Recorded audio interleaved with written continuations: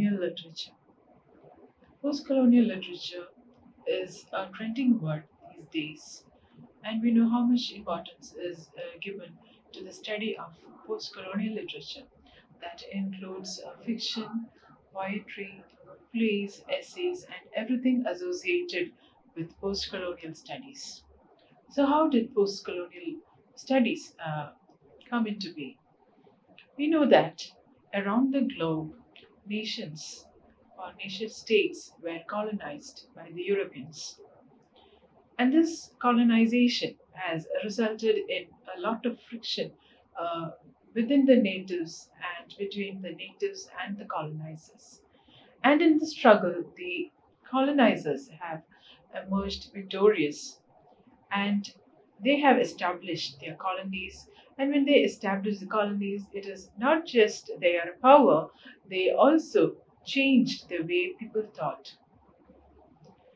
See, the thought process is not just in terms of language, but it has also impacted the culture of each and every nation.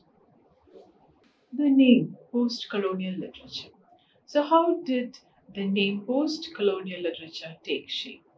So, in the Empire Writes Back, we learned that the term post colonial literature has been arrived at after doing a lot of thinking.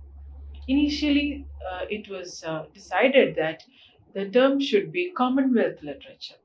But when we say Commonwealth, when you use the term Commonwealth, it refers only to the colonization of Britishers.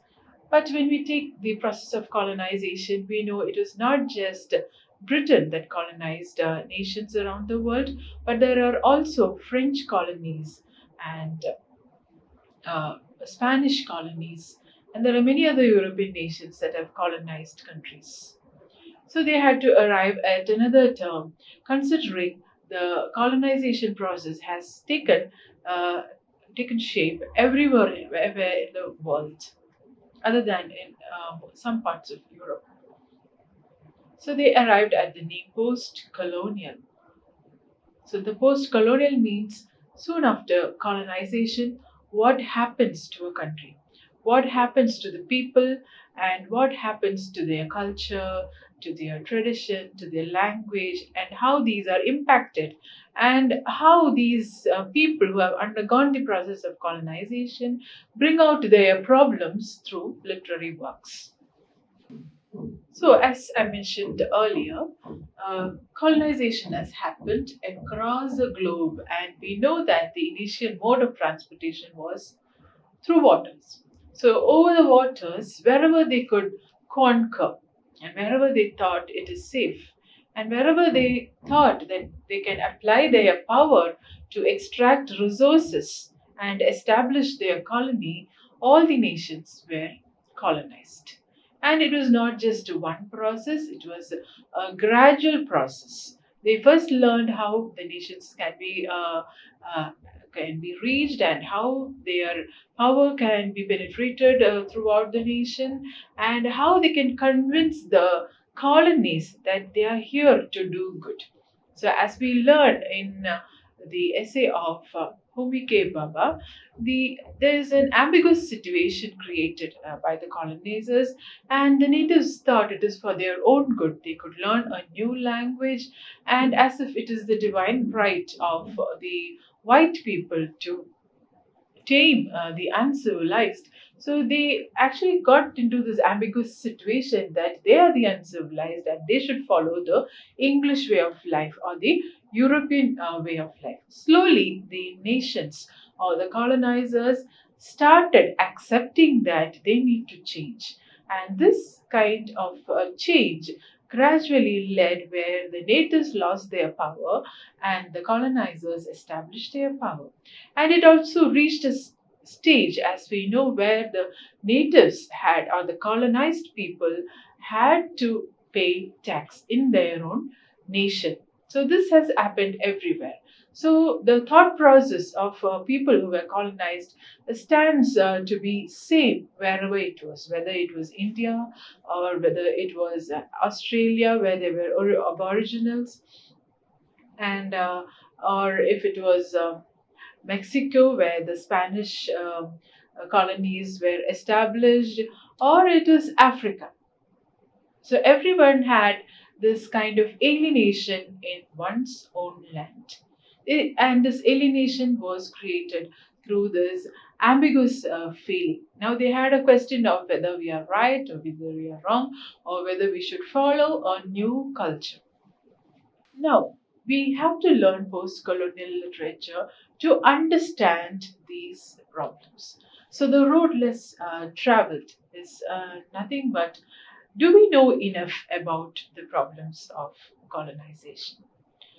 Or the road that paves the way for others? Or should we write more literature or more literary works to kind of record what happened in the past so that nothing like that happens in the future? Or we have to study the literary works of the post colonial era. Once a nation is colonized, it need not be until independence, but soon after the nation is colonized, it becomes a post colonial nation. Once people start realizing that they have been colonized and they are suffering, then that is the post colonial experience, and that is what is written in the literature. And so that is why we have this question, why should we learn post colonial literature? So it is to understand. It is to understand what is happening in a nation that was colonized, not then but also now. So while doing an analysis of literary works that has been written in the post-colonial scenario, we find that there are something common in each and every nation or a continent as such. Some of the literary works have common themes, and some of the common themes are the quest for a home, because we know people are displaced in one's own country, and people become refugees in one's own country when there is a colonizer.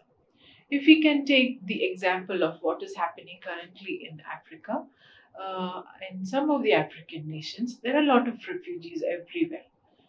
So this is caused by the civil unrest within the nation. So as Frantz Fanon says, this kind of unrest or conflict between tribes is not new to them. But still, after the colonization has happened, it has taken a new shape of unrest. Okay, so the conflict or the civil war kind of situation continues. So that also we can refer to uh, as the feeling of homelessness. And again, when we take the work of V.S. Naipaul, House for Mr. Biswas, again he there also he is trying to build a home or a house of his own. So metaphorically speaking, it actually says that this is an Indian living in the Caribbean, and he is feeling that alienated feeling, and that home he's trying is not just structure because he doesn't feel at home there, but he wants to come back to India. Again, next is the problem of the colonized and the colonizer. So from the colonized perspective, what is it? The colonizer is a foreigner, he's the enemy, and we want to throw them out. But the colonized feels that they are more powerful and they have the right to rule over the colonizer. So these are the problems that are depicted in post-colonial literature, and everywhere we can see the resistance. And while learning the resistance, we come across the struggle for independence. In India, we know that we kind of accepted the non-violence method of struggle for independence. Even then, we know there were events like Jallianwala Bagh, where people were killed or murdered in an enclosed piece of land or a ground.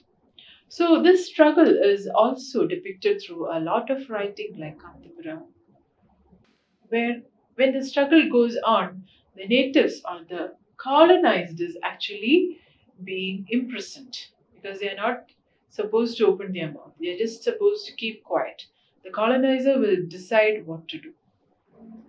And then we have the struggle for independence.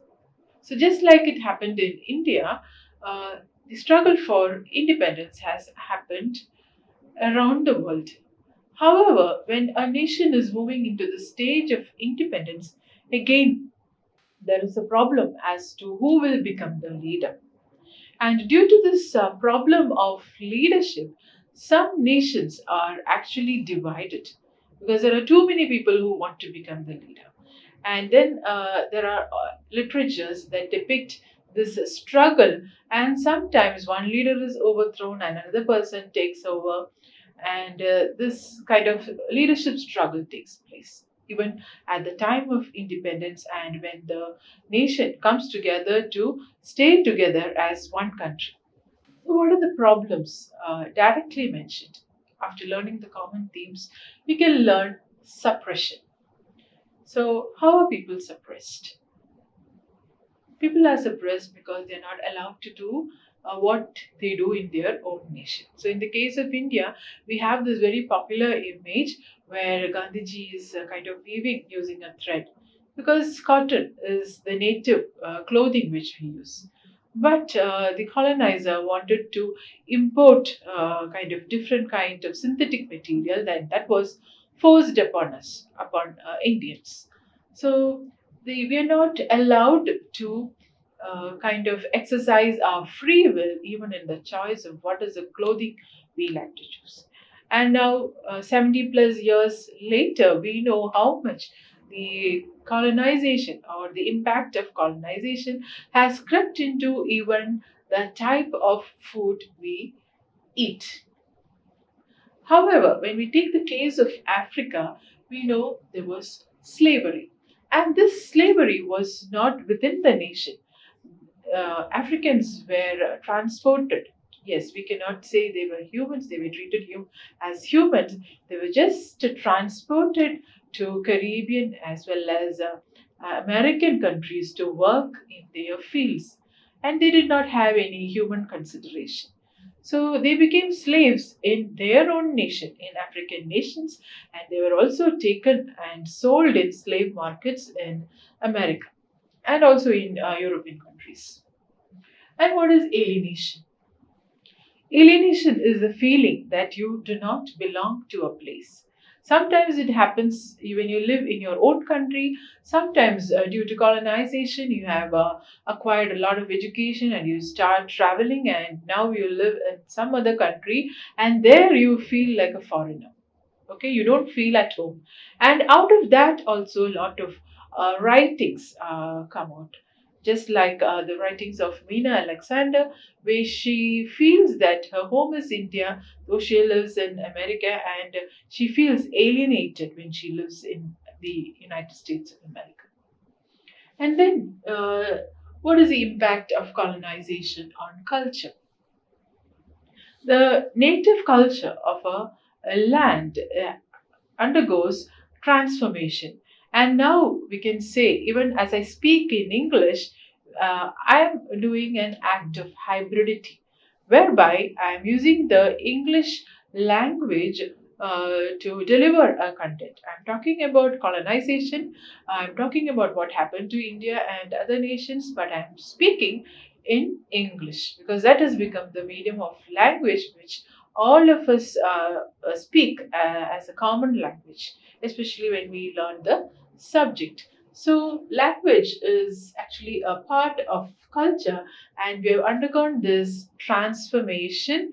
And this transformation, after the colonial era, which we have embraced, and the new term to define the stage where we use the foreigner's language but we live in our own country is called hybridity, because once a nation is colonized, we cannot go back to our own culture in its purest form.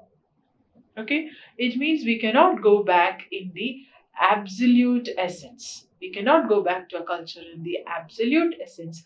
There will be some kind of mixing up. Mixing up in the sense mixing language or making some changes to what was native to you. And the next point is migration. So once we started learning English, we also learned a little bit of English custom and culture, and it comes to the mind of the person that life would be better in an English-speaking nation. Just like Neeraj C. Chowdhury used to write, he lived in India for a good period of time, but his mind was always in England because he was so much transformed, or as Gayatri Spivak says, there is an epistemic transformation in the individual, so much so that the individual likes to follow only the foreign or the English culture. And that is why Neeraj C. Chowdhury actually migrated to England and he did not return to India. However, after going to England, he said that England doesn't look as if it is written in the books. He was not very happy with it. But anyway, he had decided to go there and he did not come back. He lived there for the rest of his life. So migration also takes place because we come to a kind of opinion, or we come to a realization that everything is good the foreign way or the colonizers way. And earlier I mentioned about the language. So when we take language, I have to quote or I have to say about Ngugi wa Thiong'o, and his name was actually uh, James Thiong'o. But after realizing that his name or his religion or the culture he follows is not native to him, at a certain point of time, he decided that he will stop writing in English, he will stop using his English name, and he changed his name to Ngugi instead of James, and he started writing in the language of his tribe, which is Gikuyu. And once he made this change of mind, he has never written in English. However, he wrote in English till a certain point of time. So that is how Ngugi wa Thiong'o was trying to decolonize himself. So once the nation is formed and once there is a colonization, and once a person or a nation wants to what was native to them, that is called decolonization. So one individual decolonized himself through a language. Language is something which he could change. But he took a lot of initiative and work to do that. So that's about language. And now coming to race. So, based on the race the people belong to, the post-colonial literature is divided into three or four models.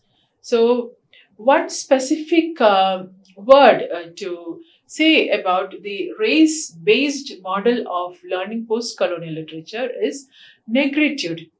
When Afro Americans or Africans who were implanted into different parts of the world, they thought that their writings or literature is not getting due attention. They formed a kind of movement where they write about their own experience from their perspective, the black experience, and that was put together in one word called negritude.